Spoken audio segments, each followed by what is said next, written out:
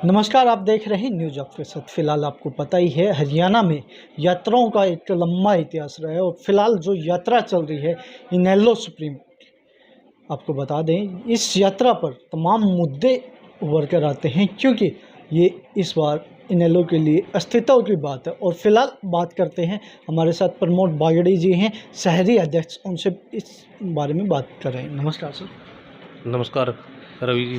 Sir, फिलहाल मैं बात करूं तो हरियाणा में यात्राओं का एक अपना ही इतिहास रहा है, तो ये जो यात्रा चल रही है इनेलो की, किस प्रकार से अलग है? देखिए, यात्राएं जब होती है जब प्रजा परेशान हो जाती है, जो सत्ता पक्ष से जब प्रजा परेशान हो जाती है, तो जो विपक्ष के जो जिनकी तरफ जनता एक आशा भरी नज़रों से देखती भी ये हमारे लिए कुछ कर सकता है, तो फिर यात्रा शुरू होती है। इसी के लिए जो आम आदमियों की जो समस्या, उन समस्याओं को लेकर हरियाणा परिवर्तन करने के लिए चौधरी अभय सिंह चौटाला जी ने परिवर्तन यात्रा निकाली है, जो सिंगार गांव से लेके कुरुक्षेत्र में समाप्त होगी। लगभग 700 दिनों तक चलेगी। 25 सितंबर को कुरुक्षेत्र में इसका समापन हुआ। इस यात्रा के माध्यम से जो पुराने साथी है और जिन लोगों को जो आम आदमी को जो सरकार से जो दिक्कतें, उन दिक्कतों के बारे में रूबरू हो रहे हैं और गांव-गांव जाके लोगों की समस्याएं सुन रहे हैं। हर हल्का वाइज जाके हम उनकी समस्या सुन रहे हैं, हमारे नेताजी अभय सिंह चौटाला जी।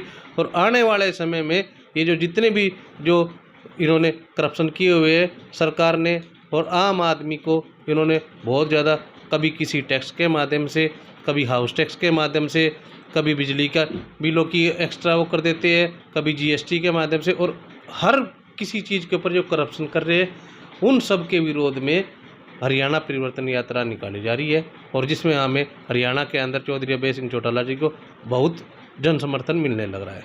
फिलहाल मैं बात करूं, ये यात्रा जहां जहां पे अभी गई है, तो किस प्रकार का जो उत्साह है लोगों में देखने को मिला है, और क्या जो ओम प्रकाश चौटाला जी थे और देवीलाल जी थे, उनकी तरह ही इस यात्रा को रिस्पॉन्स मिल पाएगा?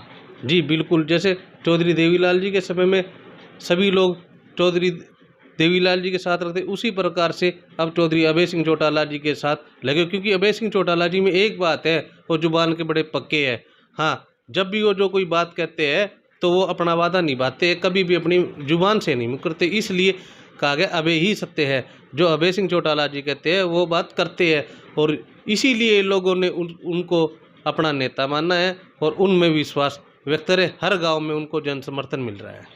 मैं बात करूं तो जब भी मैंने इंटरव्यू देखे हैं यात्रा के, तो मुझे सुनने में आया है कि जो चौटाला साहब है वहीं रुकते हैं जहाँ देवीलाल जी रुकते थे। जी बिल्कुल, जैसे गांव में रुकते थे चौधरी देवीलाल जी, तो उसी प्रकार से अभय चौटाला जी भी वहीं रुकते हैं।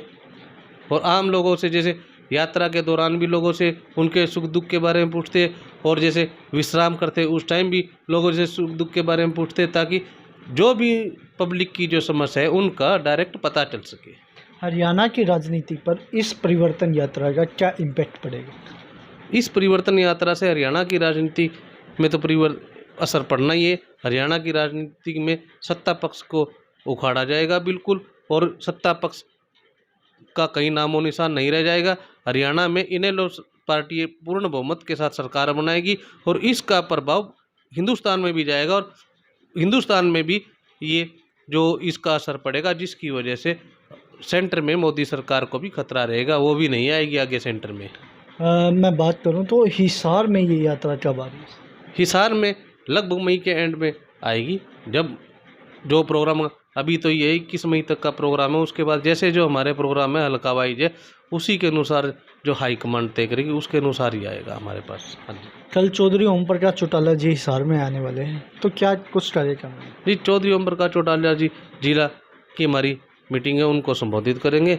और देखिएगा, हमारे नेता है तो उनके आने से सभी में उत्साह। और जैसे ही चौधरी ओम प्रकाश चौटाला जी किसी भी हल्के में, किसी भी ज़िले में जाते हैं, तो वहाँ जितने भी कार्यकर्ता है, उन सभी कार्यकर्ताओं में एक नई उमंग का संचार होता है और एक ऊर्जावान हमें करके जाते हैं। जी, तो फिलहाल ये थे प्रमोद बागड़ी जी, शहरी अध्यक्ष इनेलो पार्टी। तो तमाम मुद्दों पर आपका क्या कहना है, आपकी क्या राय है, कमेंट में ज़रूर बताएं और देखते रहें न्यूज़ आपके साथ।